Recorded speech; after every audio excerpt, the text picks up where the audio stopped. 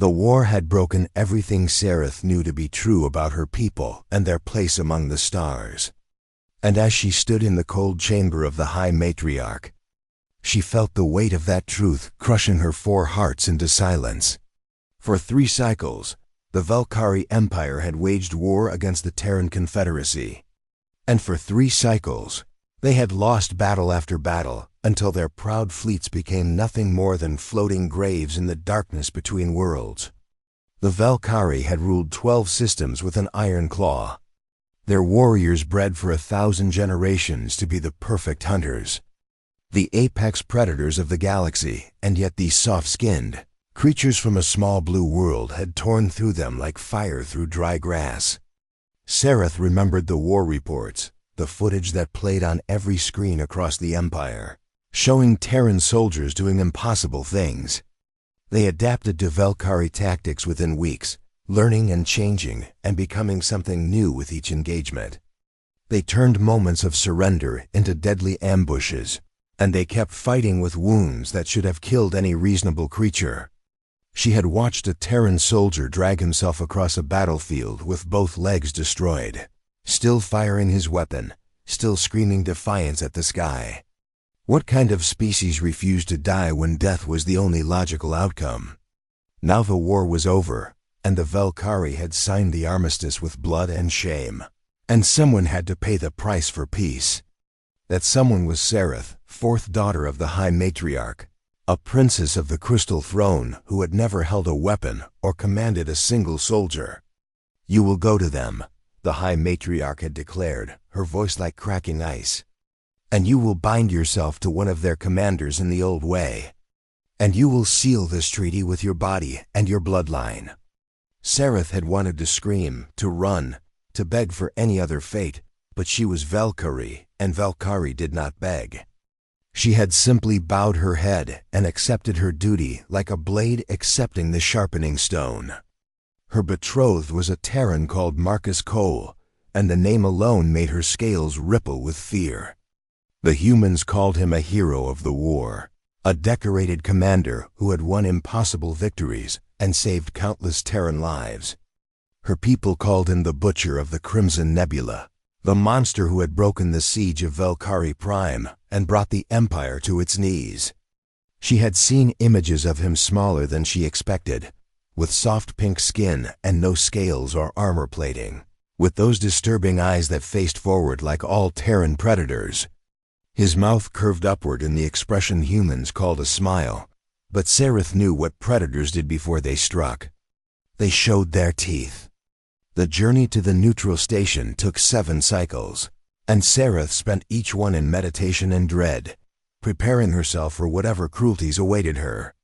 The Velkhari knew how to treat treaty captives. They were decorations, symbols of victory, kept in gilded cages and brought out for ceremonies to remind everyone of past conquests. She expected the humans would be no different, perhaps even worse, given their reputation for emotional attachment and possessive bonding. Her ceremonial guard accompanied her to the meeting chamber, 12 warriors in gleaming armor who could not protect her from what was coming. They could fight. They could die. But they could not save her from becoming property of the enemy. The door opened, and there he stood. Marcus Cole was not what the war footage had shown her. In those videos, she had seen a warrior in blood-stained armor, commanding troops through hell and fire, his face twisted with the fury of battle. This man wore simple clothing in dark colors, and his face was calm, his predator eyes watching her with an expression she could not read. He was smaller than her by nearly a head, his frame lean but not weak, and she could see the scars on his hands and the side of his neck marks of the war that had brought them together. His hair was dark and short, and gray touched his temples even though humans aged slowly by galactic standards. "Lady Sereth," he said, and his voice was softer than she expected, lacking the harsh commanding tone she had heard in battle recordings. "I am Marcus Cole, and I want to thank you for making this journey." She stared at him, waiting for the trap to spring, for the cruelty to begin. He extended his hand toward her, palm open and fingers spread in the human gesture of greeting. and she flinched backward so hard that her guards reached for their weapons. Marcus did not move. He did not react to the threat of armed warriors ready to die for their princess.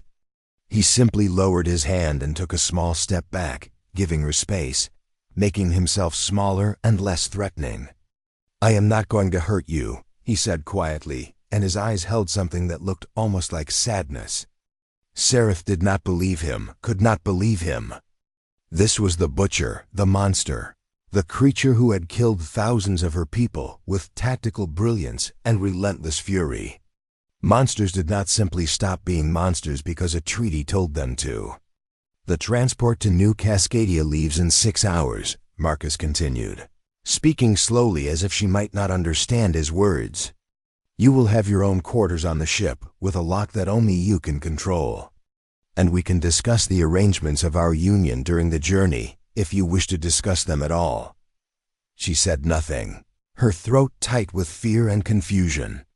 He nodded as if her silence was an acceptable answer, then turned to one of the station officials and began discussing logistics in a low voice, leaving her standing there with her guards, like she was a guest rather than a prize. None of this made sense. Where was the gloating, the display of dominance, the reminder that she belonged to him now and would do as he commanded? Where was the monster she had been taught to fear? As she followed him toward the docking bay, keeping her distance, watching his every movement for signs of the violence she knew lurked beneath that calm surface, Sereth made herself a promise. She would learn this creature. She would find his weaknesses. She would survive whatever he planned for her. She was Valkyrie, and Valkyrie endured. But deep in her chest, beneath the fear and the duty and the cold acceptance of her fate, a small voice whispered a question she could not answer. What if the monster was not a monster at all? She crushed that voice into silence and walked toward her new prison with her head held high. New Cascadia was nothing like Sereth had imagined a Terran world would be. And as the transport ship descended through layers of white clouds, she pressed her face against the viewing window like a hatchling seeing stars for the first time. Her homeworld was a place of crystal deserts and frozen beauty, where the sun reflected off endless plains of glass-like stone and the air itself could cut through unprotected scales. She had expected Terran worlds to be harsh and brutal, forged in the same fire that had created such relentless warriors. Instead, she saw green, endless, impossible green stretching from horizon to horizon, broken only by rivers of silver water and mountains capped with white snow. Forests covered the land like a living carpet, and rain fell from the sky in gentle sheets that made the whole world shimmer with light. "It rains here almost every day," Marcus said from beside her, and she had not heard him approach, which frightened her more than she wanted to admit. The colonists chose this world because it reminded them of a place on Earth called the Pacific Northwest, and they wanted to preserve that kind of beauty among the stars. Sereth said nothing, but she could not stop staring at the green world below. Marcus's home was not what she expected either. She had prepared herself for a fortress, a military compound filled with guards and weapons and all the symbols of a conquering hero. Instead, the transport delivered them to a modest dwelling on the edge of a small town, a house made of wood and glass that sat among tall trees with leaves that whispered in the constant rain. There were no guards at the door, no soldiers patrolling the grounds, no servants waiting to attend their master. Marcus carried his own bags from the transport and opened the door with his own hand, and he stood aside to let her enter first, as if she were a guest of honor rather than a treaty bride. The inside was warm and filled with soft light, and she saw books, actual physical books made of paper stacked on shelves and tables throughout the main room. Strange art hung on the walls, images of landscapes and people and abstract patterns that made no sense to her Valkyrie eyes. A cooking area took up one corner, and she could smell something pleasant that she could not identify. "Your quarters are through here," Marcus said, leading her down a hallway to a door at the end. "I had the room prepared based on what I could learn about Valkyrie environmental preferences." But please tell me if anything needs to be changed." He opened the door and stepped aside. And Sereth entered slowly, expecting a cell, expecting chains, expecting the truth of her situation to finally reveal itself. The room was large and beautiful, with windows that looked out onto the rain-soaked forest and a bed covered in fabrics that matched the colors of her homeworld. The temperature was cooler than the rest of the house, closer to what her scales preferred, and a small device hummed quietly, keeping the air dry and comfortable. On a table near the door sat a small metal object that Marcus picked up and placed in her hand. "This is the lock control," he explained. "Only you can open this door from outside, and you can lock it from inside whenever you wish. And I will never enter without your permission." She stared at the device, then at him, searching for the trick, the hidden cruelty behind the gift. "Why?" she demanded, and her voice came out harsh and suspicious. Marcus tilted his head slightly, another strange human gesture. "Because this is your home now, and everyone deserves privacy and safety in their own home." He left her there, closing the door behind him. And Sereth stood alone in her beautiful prison that did not feel like a prison at all. The days that followed were a study in confusion. She waited for the abuse to begin, for the mask to fall, for the monster to emerge from behind the quiet man who cooked his own meals and read books by the fire. The Valkyrie nobility kept treaty captives as ornaments and toys, displayed at formal events and hidden away in cold chambers between appearances. Surely humans were no different. Surely this kindness was a weapon she had not yet learned to recognize. But the days became weeks, and the weeks stretched into something longer, and Marcus Cole remained stubbornly, impossibly kind. He asked about her dietary needs and researched Valkyrie nutrition until he could prepare meals that would not make her sick. He mispronounced her name wrong 3 times before stopping mid-sentence and asking her to correct him, and then he practiced the sounds over and over until he could say it perfectly. When she emerged from her room, he greeted her warmly, but did not demand her presence. When she stayed hidden for days at a time, he left meals outside her door and did not complain. She began to catalog his behaviors like an intelligence operative studying an enemy target. He woke screaming some nights, his voice raw with terror, and she would hear him pacing the hallway until dawn. The war still lived inside him. She realized the same war that had made him a hero to his people and a monster to hers. He carried ghosts with him, and sometimes she could see them looking out through his eyes. One day, they went into the town together so Marcus could purchase supplies, and a Terran merchant looked at Sereth with disgust written across his face. "Buying groceries for your snake woman now?" The merchant said with a laugh that was not friendly at all. "Should have left that treaty bride in the cage where she belongs." Something changed in Marcus in that moment, something that made Sereth step backward in genuine fear. The warmth vanished from his face like water freezing in an instant, and his eyes went cold and flat. And suddenly she could see the butcher of the Crimson Nebula standing where the quiet man had been. "Apologize," Marcus said, and his voice was soft and calm and absolutely terrifying. The merchant tried to laugh again, but the sound died in his throat.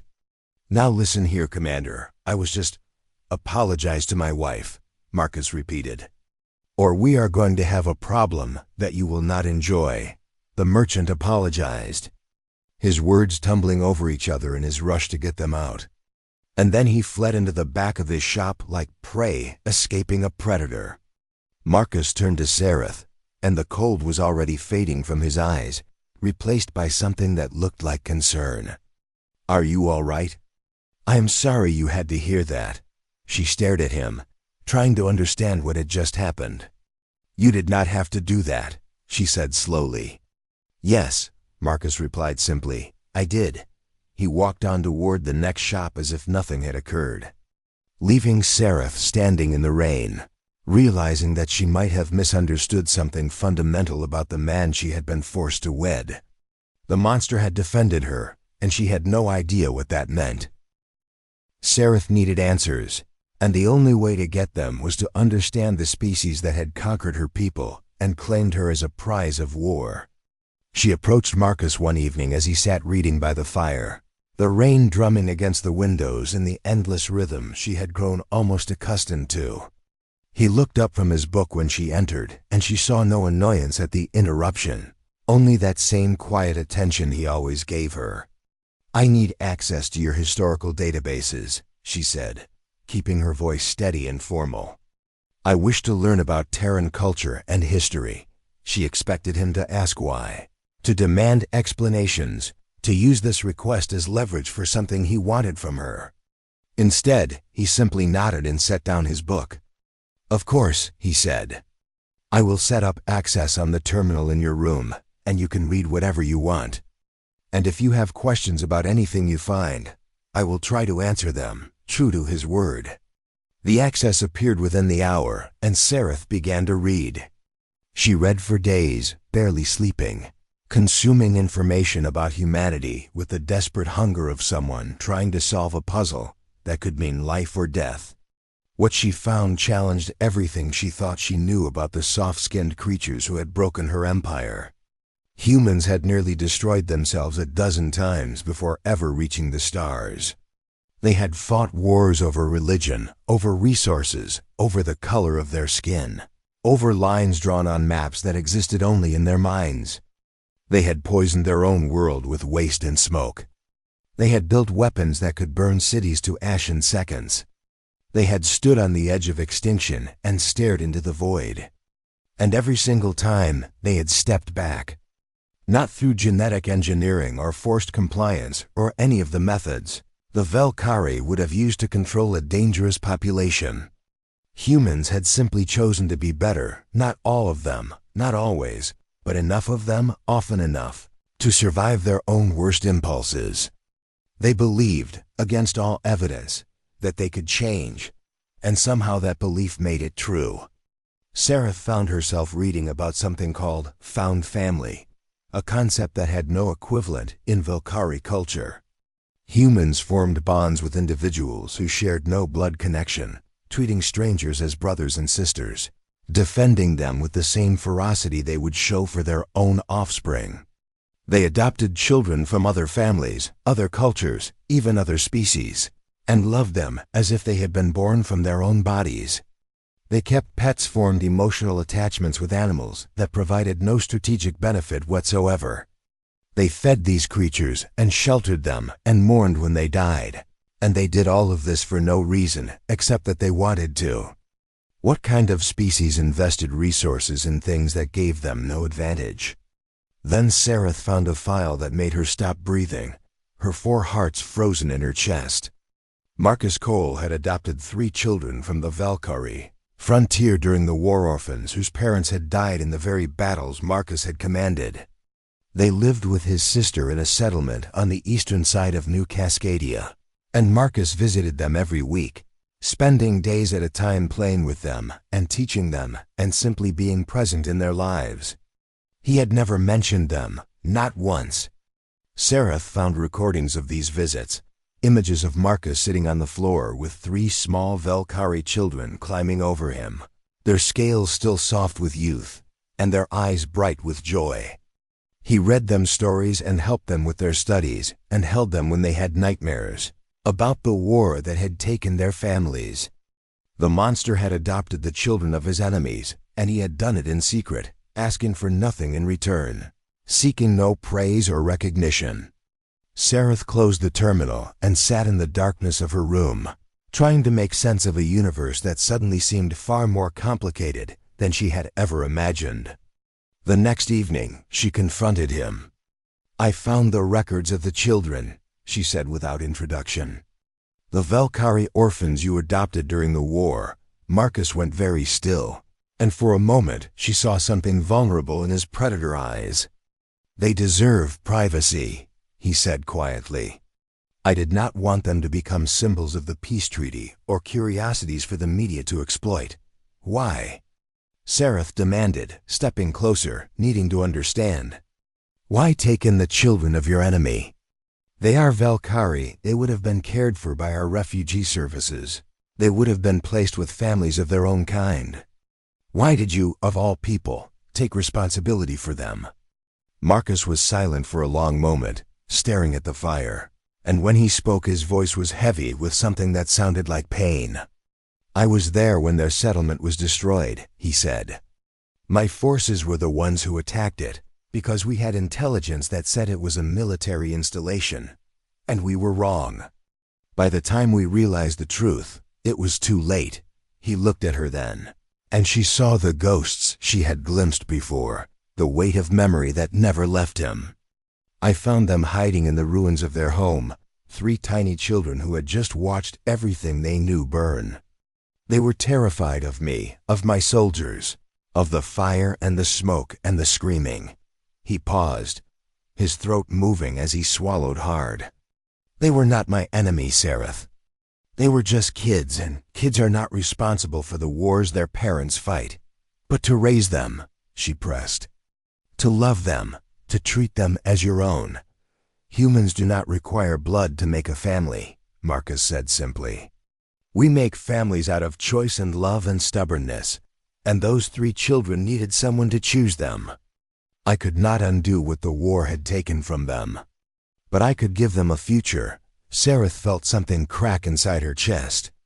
Some wall she had built to protect herself from hoping, from feeling, from believing that this strange situation could be anything other than a gilded cage. I do not understand you, she whispered. I do not understand your species at all, Marcus smiled then, a small sad expression that somehow made him look younger. Sometimes I do not understand us either, he admitted. Humans are contradictions. We are capable of terrible cruelty and impossible kindness, often in the same breath. We destroy and we create. We hate and we love. We give up and we keep fighting anyway. He stood and moved toward the hallway, pausing at the door to look back at her. Would you like to meet them? He asked. The children, I mean. I am visiting this weekend, and you could come with me only if you want to, no pressure. But I think they would like to meet you. Sereth opened her mouth to refuse, to maintain her distance, to protect herself from this growing confusion. Instead, she heard herself say, yes, I would like that. Marcus's smile grew warmer, and he nodded before disappearing down the hallway, leaving Sereth alone with the fire and the rain and the dawning realization that everything she had believed about Terrans might have been wrong. 6 months had passed since Sereth arrived on New Cascadia, and she was finally beginning to feel something she had never expected to feel in this place: comfortable. The visit to meet the children had changed something in her, broken through the last of her defenses in a way she still did not fully understand. The 3 young Valkyrie had been shy at first, hiding behind Marcus's sister with wide eyes and trembling scales. But Marcus had coaxed them out with patience and gentle words, and by the end of the day they were showing Sereth their favorite toys and asking her questions about the homeworld they barely remembered. She had watched Marcus with them, truly watched, without the filter of fear and suspicion that had colored her every observation before. He was different with children, softer somehow, as if their presence unlocked a version of himself that the war had buried deep. He listened when they spoke, even when their stories made no sense. He answered their endless questions with care. He held them when they needed comfort and gave them space when they needed freedom. This was not a monster. This was simply a man flawed and haunted and trying his best to do right in a universe that had asked terrible things of him. Now Sereth found herself looking forward to the evenings they spent together by the fire, talking about everything and nothing, learning the shape of each other's minds. Marcus told her about Earth, about oceans so vast they swallowed horizons and mountains so tall they pierced the clouds. She told him about the crystal deserts of her homeworld, the way the sun turned the sand into seas of light at dawn and dusk. They were careful with each other still, respectful of boundaries that neither wanted to cross too quickly, but something was growing between them, something fragile and precious and terrifying. Then the raiders came. The attack began at midnight, when both moons had set and the darkness was absolute. Sereth woke to the sound of plasma fire cutting through the rain, green bolts of energy screaming through the night, and for a moment she did not understand what was happening. Then she heard the war cries, Valkyrie war cries, the hunting songs of warriors on the kill. She scrambled out of bed, her heart's pounding in her chest, and she realized with cold horror who these attackers must be. Remnant hardliners, Valkyrie, who had rejected the treaty and seen her marriage to a Terran as the ultimate betrayal. They had come to reclaim her or kill her, probably both, in that order. Her door burst open, and Marcus was there, dressed in nothing but sleep clothes, but holding a military rifle that he had grabbed from somewhere. His eyes were sharp and focused, the predator fully awakened, and he moved into her room with the practiced grace of a warrior. "Stay behind me," he said, his voice calm despite the chaos outside. "We need to get to the panic room in the basement." An explosion shook the house, and part of the wall collapsed inward. And suddenly they were face to face with 4 Valkyrie warriors in full combat armor, their scales painted with the marks of the hardliner faction. Sereth froze. She knew what would happen next. She had seen what her people did to traitors, and her imagination provided graphic details of her fate. But Marcus did not freeze. He moved faster than she had ever seen a human move, dropping his rifle and drawing a blade in the same motion, closing the distance before the warriors could bring their weapons to bear. He was smaller than them, softer than them, with none of their natural armor or claws, and it did not matter. The first warrior fell before he could fire a shot, Marcus's blade finding the gap in his armor with surgical precision. The second swung a powered blade that should have cut the human in half, but Marcus was already moving, flowing around the attack like water on stone, and his counterstrike opened the warrior's throat. The third warrior landed a blow, a deep slash across Marcus's shoulder that sprayed red blood across the broken walls. Marcus did not scream. He did not even slow down. He simply accepted the wound as the price of getting close enough to kill. The fourth warrior saw what was happening and tried to retreat, to get enough distance to use his plasma rifle, but Marcus followed him like a shadow, relentless and unstoppable, and another body hit the floor. Sereth watched in awe and terror as the man she had thought she was beginning to know transformed into something else entirely. This was the butcher of the Crimson Nebula. This was the warrior who had broken her people's fleets. This was the monster, and he was bleeding badly, and he was still fighting. More warriors came through the breach in the wall, 6 of them this time. And Marcus put himself between them and Sereth, his rifle lying too far away to reach. Nothing left in his hands but a blade already slick with blood. "You cannot win," one of the warriors said in accented standard. "There are too many of us, Terran, and you are already dying. Give us the traitor, and we will let you live." Marcus laughed, actually laughed, blood dripping from his wound, surrounded by enemies, facing certain death. "I have been dying since the war ended," he said, his voice steady and almost amused.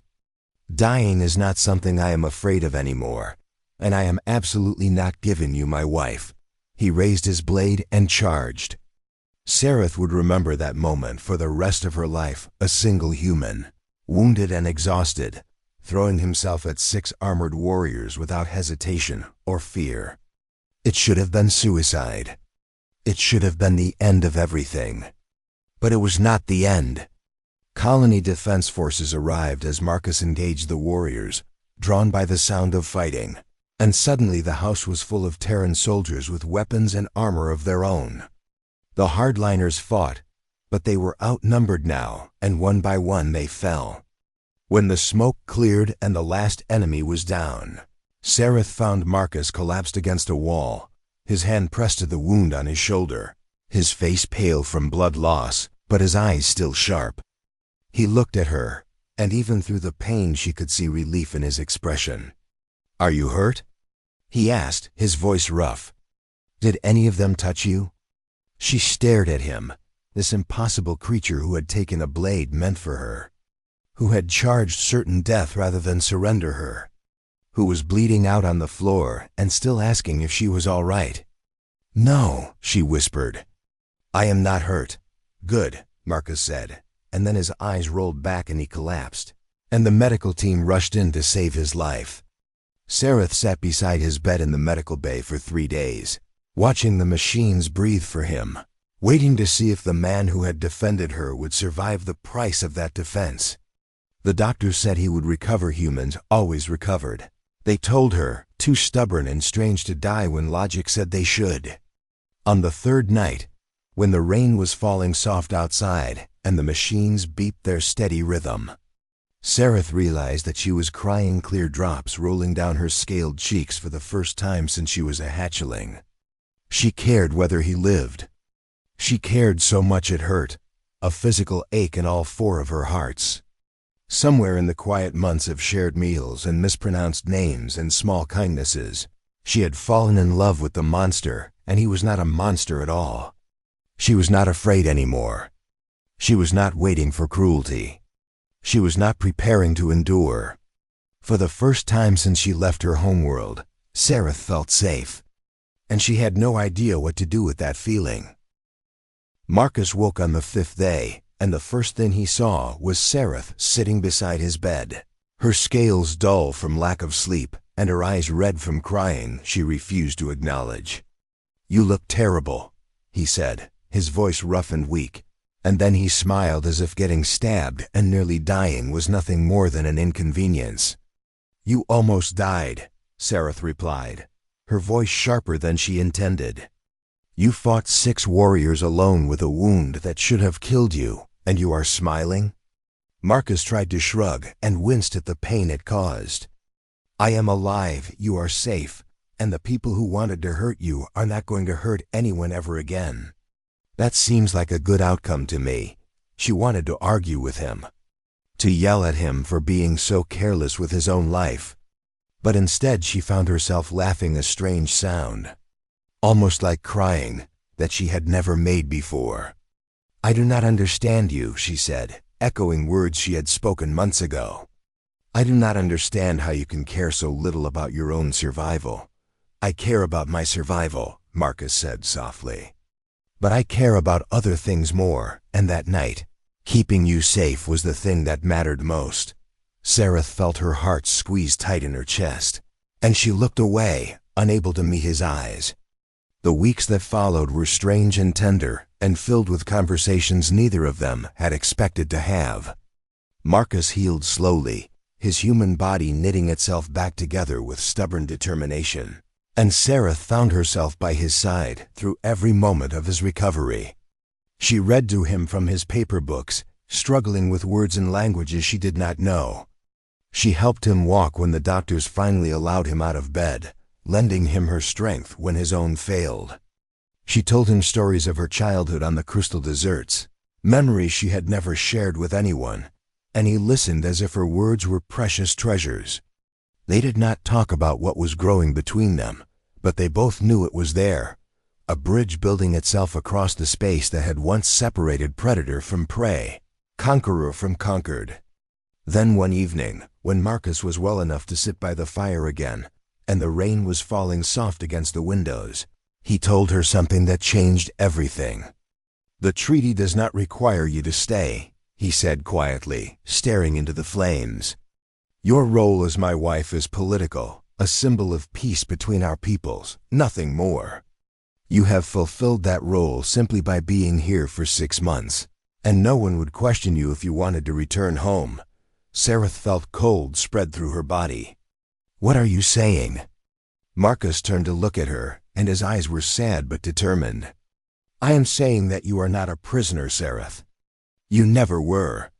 If you want to leave, if you want to go back to your homeworld and your family and your old life, I will arrange transport. And there will be no dishonor, no consequences. No one will blame you." He paused, and she saw his throat move as he swallowed hard. "You came here expecting to be treated as a captive, and I have tried to show you that humans do not have to be what you feared. But showing you kindness does not mean I own you, and it does not mean you owe me anything. You deserve to choose your own life, and I want you to have that choice." Sareth sat in silence, her mind racing, her heart's pounding in 4 different rhythms. She could leave. She could go home to the crystal deserts and the cold formality of the Velkari court, back to the family that had traded her away like currency, back to a world that made sense. But did that world make sense anymore? After everything she had learned, everything she had felt, could she really go back to believing that Terrans were monsters, that this man who had nearly died for her was the butcher she had been taught to fear? She thought about the children, the 3 small Velkari orphans who called Marcus their father and who had started calling her their aunt. She thought about the quiet evenings by the fire and the conversations that stretched into the early morning. She thought about the way Marcus looked at her sometimes, with something soft and hopeful in his predator eyes. She thought about the moment he had charged 6 warriors alone, asking for nothing, expecting nothing, simply refusing to let her be taken. "My people believe Terrans are monsters," she said slowly, her voice barely above a whisper. "They say you are unpredictable and dangerous and impossible to understand," Marcus nodded, accepting this truth without argument. "They were right," Sareth continued. "You are impossible to understand. You feel too much. You attach too easily. You fight and die for things that give you no advantage." She stood and moved closer to him, her scales catching the firelight. "You adopt the children of your enemies and love them as your own. You give locks to prisoners and ask nothing in return. You take blades meant for others and smile about it afterward." She was standing before him now, close enough to touch, and she could see the rise and fall of his chest, the pulse beating in his throat. "It is terrifying," she said. "It is completely terrifying to be near someone who loves so deeply and so freely." Marcus said nothing, waiting, his eyes never leaving hers. "And I have decided," Sareth continued, her voice growing stronger, "that it is also wonderful." She reached out and took his hand, the same gesture he had offered on the day they met, the one she had been too afraid to accept. His fingers were warm against her scales, gentle but strong, and he held her hand as if it were something precious. "I would like to stay," she said. "Not because the treaty demands it, not because I have no other choice, but because I choose it. I choose this world of green forests and endless rain. I choose the children who need us. I choose you." Marcus's breath caught, and she saw tears forming in his eyes, those strange, soft eyes that had frightened her so much when she first arrived. "Are you sure?" he asked, his voice rough with emotion. "This is not a small thing you are offering, and I do not want you to regret. I have spent 6 months watching you, learning you, trying to find the monster hiding behind the man," Sareth interrupted. "There is no monster, Marcus. There is only you, wounded and kind and impossible, and I am done being afraid of someone who has given me nothing to fear." She leaned down and pressed her forehead against his in the Velkari gesture of deep affection, her scales cool against his warm skin. "I am choosing you," she repeated. "For as long as you will have me." Marcus raised his free hand and cupped her face gently, as if she were made of crystal that might shatter. "Then stay," he said. "For as long as you want. Forever, if that is what you choose." "Forever sounds acceptable," Sareth said, and for the first time since she could remember, she smiled. Outside, the rain continued to fall on New Cascadia, washing the world clean. Somewhere to the east, 3 Velkari children were sleeping safely, dreaming of the family they had found among the stars. The galaxy was vast and strange and full of old hatreds, old fears, old walls built between species who had never tried to understand each other. But in that small house by the forest, an alien woman who had been sent as a sacrifice had discovered something her people had never understood about their conquerors. Humans did not win wars through weapons or tactics or superior technology. They won because they made you want to be part of their strange, chaotic, beautiful way of loving the universe. They won by offering kindness where cruelty was expected, freedom where captivity was demanded, family where loneliness was inevitable. They won by being impossible to hate once you truly knew them. Seraph had come to New Cascadia as a treaty bride, a political tool, a symbol of her people's defeat. She had expected to endure, to survive, to wait for death or rescue. Instead, she had found something she never knew she was looking for: a home, a family, a love that made no logical sense but felt more real than anything she had ever known. She had feared the Terran she was forced to wed. Now she could not imagine a universe without him. And that, she thought as Marcus held her close and the rain sang against the windows, was the most terrifying and wonderful thing of all.